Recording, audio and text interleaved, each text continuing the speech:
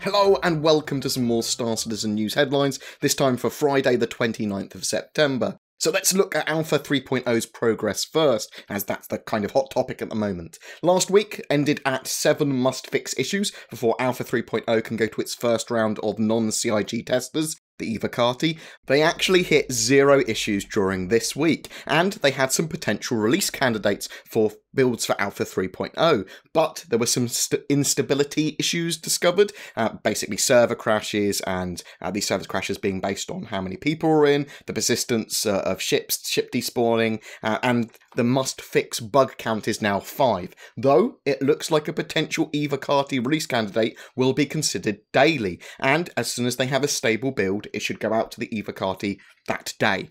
And we'll look more into the details of those bugs and the progress of all the studios and exactly what they've been working on tomorrow. The X1 Origin Space Bike preview. So the Origin X1 will go on sale this Friday until the 9th of October. There's also a pre-sale running now until 8 PM UTC, September 29th, so tonight at 8 PM UTC.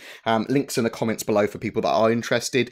Basically, any X1 that are bought in the pre-sale come with the exclusive Scarlet skin. It's just a red skin, and we're going to be able to paint our ships in the future anyway, so you'd have to really, really love this skin to want to buy one now. But the X1 baseline Scarlet Edition is $35. It's a war bond sale, which basically means you get $5 off in this particular case if you're not using any store credit. There's also a 3-pack available of X1s for $105, which comes with each of the variants. There are 3 variants priced between $35 and $50. The Origin X1 base model is basically a all-round bike. It looks pretty cool. It's got size 1 weapons, this one.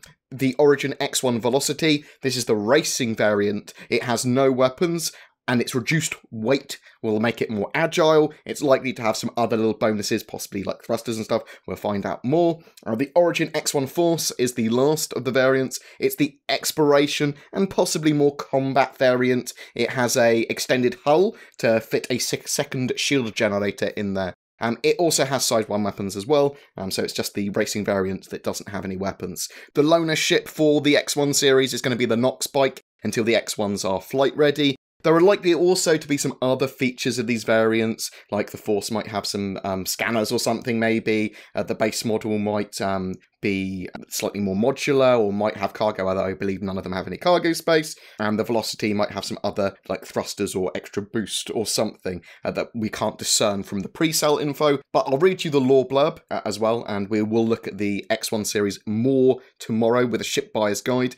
Anyone who's flown an Origin JumpWorks ship understands the experience we're trying to capture. Performance, luxury, excellence. These are the ideals that we pursue with almost religious zeal, whether we're constructing a high-speed racer like the M50 or a luxury touring vehicle like the 890. We are prepared to do it again. Origin JumpWorks teamed up with the legendary ship designer Alberto Vara to create a high-performance open canopy ship, the X1, a high-performance open canopy ship designed for anyone who's ever asked, can I go faster? So yeah, we'll get a ship buyer's guide for the X1 tomorrow. It's an interesting ship. Obviously we have lots of space bikes already, so hopefully it touches some areas of them that we don't currently have.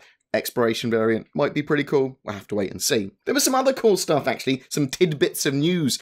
Some Intel leaks, actually, that were sent to Gamers Nexus. Great channel. I'll put the link in the description to their video about these Intel leaks and Gamers Nexus. This contained info on some of the new Coffee Lake processors and some other cool bits, but Intel have some form of promotion that they're going to be running at CitizenCon with Star Citizen with their new Optane SSDs, the 900p, 280GB and 480GB drives. So these SSD drives that are aimed at the enthusiast and high-end gaming market, and according to the document, optimized for Star Citizen in some way, although that could just be marketing. But it'll be interesting to see exactly what they're going to be doing there. And these drives look something different from the previous Optane cache drives that we've seen. I suspect that we will know more on October the 27th at CitizenCon, but it's nice to see Intel and that kind of partner for Star Citizen. Some more ship updates as well. So a few ship updates. Matt Sherman on Spectrum said a few things about the 300 series and Mustangs. The 300 rework will still have the 300 series looking similar to what it does now.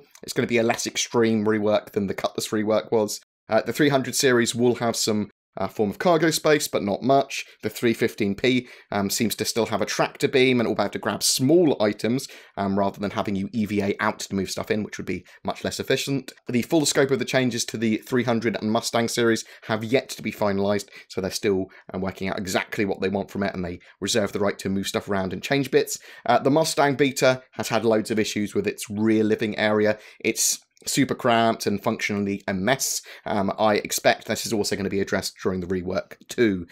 It's the intention to have both the Nox and Nox Q, as well as the Dragonfly and Yellow Jacket in at the start of 3.0's launch, so that's good. Obviously that can change. The new ship stats and ship matrix page is being worked on. We talked about this quite a lot recently actually, but it's expected to be done within the next month or two. It's not going to be held back for any form of release. It's just going to be updated as soon as it's finished apparently. Other than that, in Bug Smashers actually this week, they kind of hinted at the Saber Raven that we've kind of heard a couple of things about previously, is possibly already in engine. We could see the name of its assets in the console basically. This could be a whole new hull variant for the Saber, or just a skin and weapons loadout as they've done previously with that Saber. Be interesting to see exactly the route they go with that, and maybe I'm reading too much into it, but it looks like the Saber Raven is actually a thing. So, last week I forgot to show the sneaky peeky of the Outlaw Armor concept, which was actually pretty cool. Outlaws don't wear uniform, but sometimes people just look that part. This week's sneak peek features a concept of an outlaw in light armor, so it's probably best to be careful if crossing paths with an NPC that looks like this in the verse. So this was last week's sneak peek. We'll get the new one tomorrow, and we'll take a look at that, but I thought that Outlaw concept armor was pretty cool. Every month we give away a ship. For September it's a Nox Q. All you need to do is be subscribed to my YouTube channel and comment on any of my Star Citizen videos during that month. Do you have any questions about the news, Alpha 3.0, Star Citizen development, or anything like that, or the X1? Special thank you to my Patreons who allow me to create the amount of content I do. Thank you so much, guys. Really, really appreciate it. If you're interested in becoming one, there is a link to Patreon below as well as everything else we've talked about. Please don't forget to like and subscribe, as it really does help me, and I will see you in the verse.